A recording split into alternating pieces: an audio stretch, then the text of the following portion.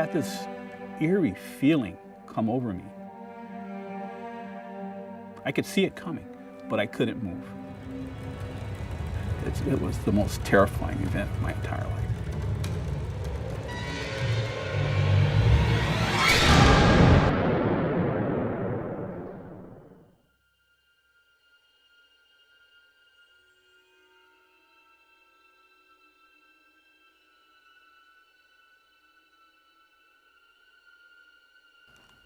When I first got out to Kahuku, I met an old-time sergeant out there, and she had been out there for many years.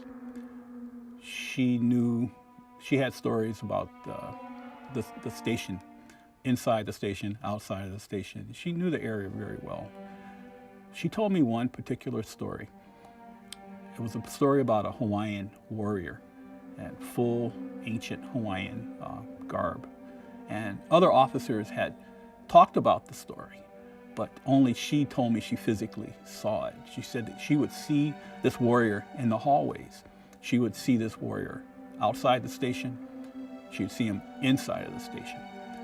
This sergeant, she really respected this warrior. And she made it clear to me that she respected this warrior. Whatever you do, respect the warrior. I was kind of a young officer. I didn't have a lot of fear.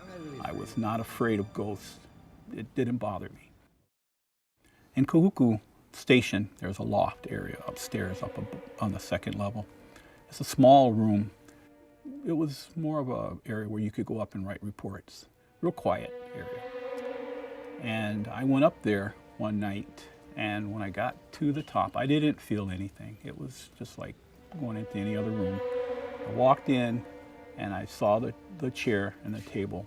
So I had my report writing stuff with me at that time. And back then we hand wrote all of our reports. So I sat down and I just started writing my report. But I had this eerie feeling come over me, like I wasn't alone.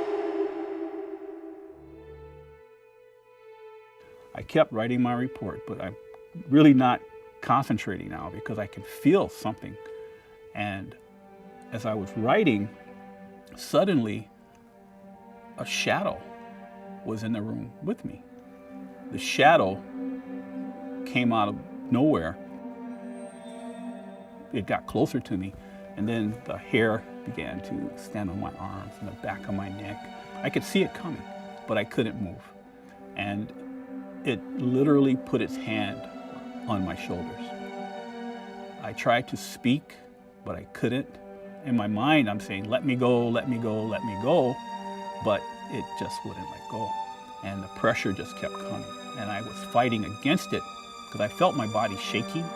The more I shook, the more pressure was put on me. I couldn't tell you if it was a minute, 2 minutes, 3 minutes, I don't know. All I know is I was stuck. And I'm using the word stuck. In Hawaiian, it's pa'a, right? And so I don't know, I was just, I just couldn't move. I couldn't move. After a few moments, it held me in place, and then it just backed away. And it didn't like just disappear or float away, it backed away.